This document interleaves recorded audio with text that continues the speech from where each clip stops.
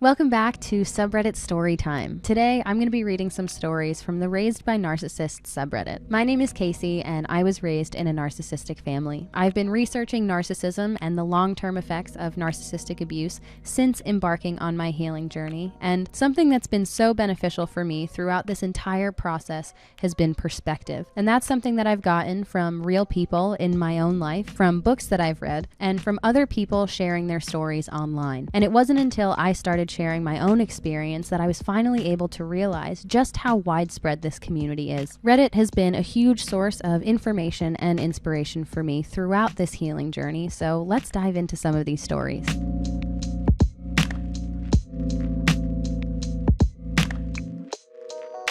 Have they ever sincerely apologized to you for anything? Are they even capable of that? I'm not talking to my narcissistic mom right now, and she knows why. The last we did talk even was an argument over the reason why, yet she tries to talk to me every day, and today she said, "I want you to talk to me. If I said something to you, I'm sorry." But there's nothing sincere about that. If she doesn't know what she did, which she does, then how could her apology be honest? You can't honestly apologize for something you don't know, and she's only apologizing because she wants to be in control again. She wants me to fold, and since insulting me didn't work, she's trying a different approach, I guess. But an apology should be sincere, because you recognize your mistake and understand why the other person was hurt, and you're not going to do whatever you did again. It shouldn't be because you want something in return. This apology is completely hollow. She just wants me to talk to her again. Also, if I said something, you know exactly why I'm doing this, and playing dumb isn't cute for someone your age. I cannot tell you a single time either of them have ever genuinely apologized to me. My narcissistic dad only does it when we're mad at him, and he doesn't want us to be mad anymore. Also empty apologies because he doesn't mean it. He just doesn't like it when people hold him accountable for his actions, so he thinks apologizing will solve everything, but then he does the same things again and again. My narcissistic mom only apologizes when, actually she doesn't, not in a meaningful way anyway. Only hollow apologies too. Don't get me wrong, I'm not holding my breath for an apology, but they could at least stop with the fake ones. I can pinpoint one time in my 26 years of being alive that my narcissistic parent apologized. And even so, I don't entirely know what the intentions were behind that apology. I don't know what prompted it, if it was just kind of similar to what the original poster said here, if it was just a way for me to start talking to them again. And, you know, growing up with a narcissistic parent, you don't often get apologies. At least I know I didn't. I was kind of conditioned to believe over time that if someone said or did something hurtful to you, if you had a big argument or disagreement or blow up, no matter how bad it was, you shouldn't expect an apology because you probably weren't going to get one. And so anytime there was, you know, something hurtful or a big argument, when my narcissistic parent eventually settled down and got over it, everyone else in the house, everyone who was involved, was expected to have gotten over it in that same amount of time also, where we're just going to sweep all of these negative emotions under the rug. We're not going to resolve anything. And if you don't move on when I'm ready to move on, then you're going to become the target, because now you're living in the past and life is too short to stay angry and to hold grudges, and we just need to move on and be present, right? But you don't get any closure from that. So I grew up expecting no apologies. I would just kind of have to suppress all of these really negative emotions. If I was upset about something, I could never voice how I was feeling or kind of have any sort of resolution to a really hurtful situation. I just had to let it go whenever my narcissistic parent wanted me to let it go. Whenever they were over it, I was also expected to be over it. And it makes me think of the first book that I read on my healing journey, which kind of prompted a series of realizations for me regarding the way that I was raised. And it's called The Science of Stuck by Britt Frank. And in it, she has a chapter called How to Human. And she's talking about apologies and how, you know, if you're walking by someone and you step on their foot and you say, "Oh, I'm sorry," right? That's okay. That's an acceptable time for just a simple "I'm sorry" apology. But if you're saying or doing something that's really hurtful to someone, right? If your behavior is impacting them in a negative way and they communicate that to you, you want to make amends with that person. And so she basically broke down making amends into 4 steps, into the 4 O's, she called it, which is own, observe, outline, and offer. The first thing you want to do is kind of own your behavior, right? You want to admit your fault in the situation. And that in and of itself takes a certain level of self-awareness that I don't know many narcissists narcissists have. Because I don't think a lot of narcissistic parents entertain the idea that, okay, maybe I'm part of the problem here. Maybe I said or did something that was hurtful that kind of prompted this negative reaction in my child or in my partner. They're always kind of deflecting the blame. And so that, I think, is a really difficult step even for them to take, just the first step, to own their behavior, right? To reflect on what they said or did that maybe prompted a more negative experience. And then observe, to understand how your behavior or how whatever you said negatively impacted your child or your partner. Again, it's a level of self-awareness and looking in the mirror and kind of saying, okay, well, what did I say or do,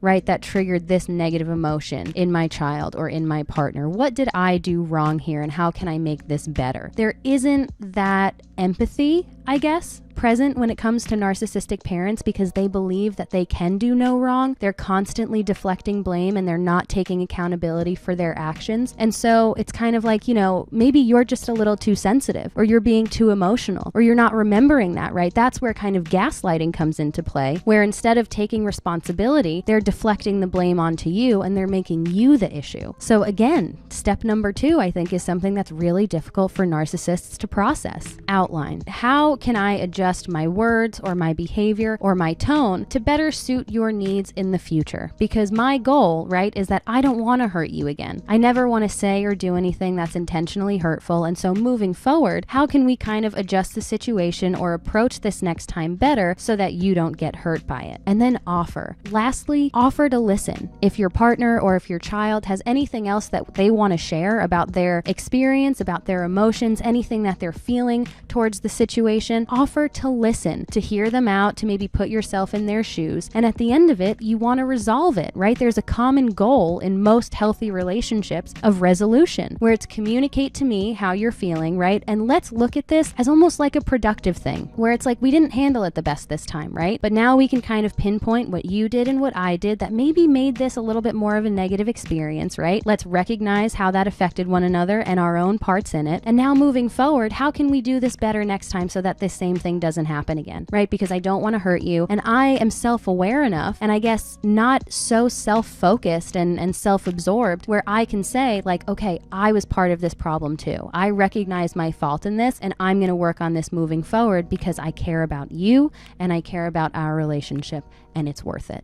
Someone asked about my narcissistic mom, and I didn't lie for the first time ever. Congratulations. That's a hard thing to do. So I was over at my boyfriend's family's house on the weekend, and his sister-in-law asked if I spent any time with my family for my birthday, which just passed. Normally, when anyone asks about my family, I'll tell them a little white lie just to spare them and myself some embarrassment. But this time I just said, nope, I'd rather spend time with you guys. She got a little flustered and sputtered a bit until I changed the subject. It just felt so good to tell the truth. For a long time, I felt ashamed about my family situation and have tried to keep it a secret as much as possible. But what's the point? If people know me for long enough, they're going to figure it out. I remember the first time I was ever really transparent about my family situation. And it was with my husband, who was my boyfriend at the time. And it was very early on in our relationship, within the first few months of us dating. And growing up with a narcissistic parent, I had a narcissistic parent and an enabling parent, as far as I can tell. And there's this obsession with the image, right? Where there's a lot of this really ugly stuff going on behind the scenes. But anytime anyone outside of the immediate family is introduced, there's this picture-perfect image that they're trying to portray and maintain. And so they're on their best behavior and they're saying all of these really nice things and they're doing these really nice gestures. But then when those people leave, it's kind of back to really the ugly, tumultuous behind the scenes. And so I remember entering into this relationship, and I genuinely did see a future with my husband. And so I felt like I had to be honest with him about what he was walking into, about what was going on when he would leave my family's house. You know, the conversations that were had, the arguments that were had, and what the general behavior kind of was. And this all starts with a level of self-awareness. Again, self-awareness is so important throughout this entire thing. And it wasn't until I started to recognize the situation that I was in, and maybe some of these unhealthy behaviors or these toxic traits that my parents were displaying, that I was able to actually communicate them to another person. Up until that point, I wouldn't have been able to describe my actual situation because I wasn't entirely aware of what was going on. And I can pinpoint a handful of times after moving out of my family's house, even in the months leading up to that, where I was starting to realize the situation that I was dealing with, and I was speaking honestly about it for the first time, which, up until that point, I existed under the mentality kind of like anything that goes on in this house stays in this house. Like this is a family issue and we don't tell anyone about this. And so for the first time, I was starting to actually voice a little bit of what was going on and how I was feeling about it, what my opinions were. And it was really freeing. It was a little scary at first because I felt like I was doing something wrong, like I was maybe betraying my family or their trust or their confidence by speaking about these things. But I later realized that it wasn't my responsibility to keep their secrets, and to kind of keep this emotional manipulation under wraps. And so I remember speaking about it honestly for the first few times. And that for me, I think, was when things started to change, because I felt like I can be honest about my situation. I have to be honest with myself. And once I am, I can start communicating this to other people. And, it was weird. But I remember one time in particular talking to someone at a corner store, and this is someone who I had known my whole life, like since I was a child. She knew my whole family, kind of our family dynamic. And I remember, not going in there for a while after I moved out of my family's house, just because I didn't want to be faced with those questions. I didn't know what to say. And eventually I did go back in there. And when she would ask, about my parents or my family, I would just say, I'm not really talking to them right now. I haven't talked to them in a little while, so I'm not really sure how they're doing. And even that, I don't have to get into the nitty-gritty details of anything, right? But I can just kind of say, like, honestly, I haven't talked to them in a little while. I don't have to fill in all the blanks, but I can be honest about the fact that maybe I haven't spoken to them in 7 months, and that's okay. And there is kind of a freedom in that, because now not only have I recognized the situation that I was in, right, but I've started to heal from it, and I understand this behavior and where it comes from, and I have nothing to be ashamed of, in terms of my family or my relationship with my family, and I'm at peace with my situation. I'm happy with where I am in my life, and I'm proud of how far I've come in recognizing this unhealthy behavior and starting to heal from it. So why should I lie? I see a lot online, especially people talking about healing journeys and things like that, feeling encouraged or pressured to kind of be quiet and not say anything to keep the peace. And it's like, when I'm doing that, whose peace am I keeping, right? And so if I were to lie and say, oh, my parents are great, my family's great, we spent Christmas together, and to kind of just say all of these things that I would imagine would keep up that image, right? It's like, who is benefiting from this? And that has also been a really big part of my healing journey, is just learning to prioritize myself and my own emotions, and I guess feel like I don't have to lie or embellish on anyone else's behalf. And that's been really freeing. It's been difficult at times, but definitely freeing, and I think a worthwhile challenge. So that's about all the time that I've got for these today, but I will be back again this week with another Subreddit Stories video. If you like this video, please be sure to hit that like button and subscribe to my channel. I've got new episodes of It's Not Normal, the podcast, dropping every week, along with a ton of other content, and your support goes a really long way. So thanks so much, and I'll see you soon.